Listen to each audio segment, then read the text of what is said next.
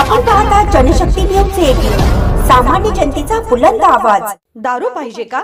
मागच्या दाराने या। निपाणी तालुक्यात मुख्य चौकातच व्यवसाय, तांबडे फुटताच तळीरामांची सोय होणार असा विदेशी दारू विक्रेत्यांनी ठाम निर्णय घेतलाय। उत्पादन शुल्क विभागाचं मात्र याकडे पूर्ण दुर्लक्ष असं चित्र सध्या निपाणीमध्ये पाहायला मिळतंय।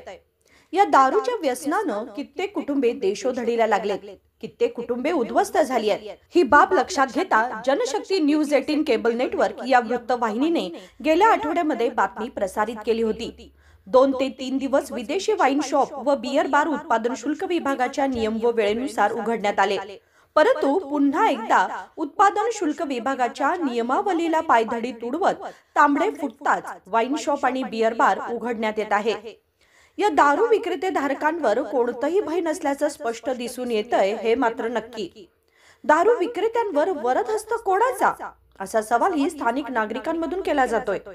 सरकारच्या कडक सूचना आणि विविध तपास यंत्रणांच्या सततच्या कारवाया असूनही निपाणीमध्ये सकाळपासूनच बिनधास्तपणे मद्य विक्री केली जाते।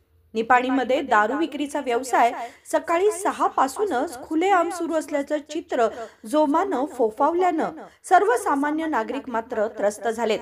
यामुळे रस्त्यावरून ये-जा करणाऱ्या महिलांसह विद्यार्थिनींनाही या मद्यपींचा नाहक त्रास सहन करावा लागतोय। दारूच्या व्यसनापायी गावातील अनेकांचे संसार अक्षरशः उद्ध्वस्त झालेत। अशा वरदहस्तांमुळेच अवैध दारू विक्रीसह मटका, जुगार यासारखे अवैध धंदेही निपाणीमध्ये सुरूच असल्यानं संबंधित अधिकाऱ्यांनी याकडे जातीचं लक्ष देण्याचं गरज आहे, अशी मागणी आता जनसामान्यांमधून होतीये। जनशक्ती न्यूज 18 साठी मुख्य संपादक संतोष मातीवड्डर। चालू घडामोडीच्या अपडेट जाणून घेण्यासाठी आपल्या जनशक्ती न्यूज 18 चॅनलला सबस्क्राइब जरूर करा, लाईक करा, कमेंट करा, शेअर करा, बेल आयकॉन प्रेस करा आणि नोटिफिकेशन मिळवा।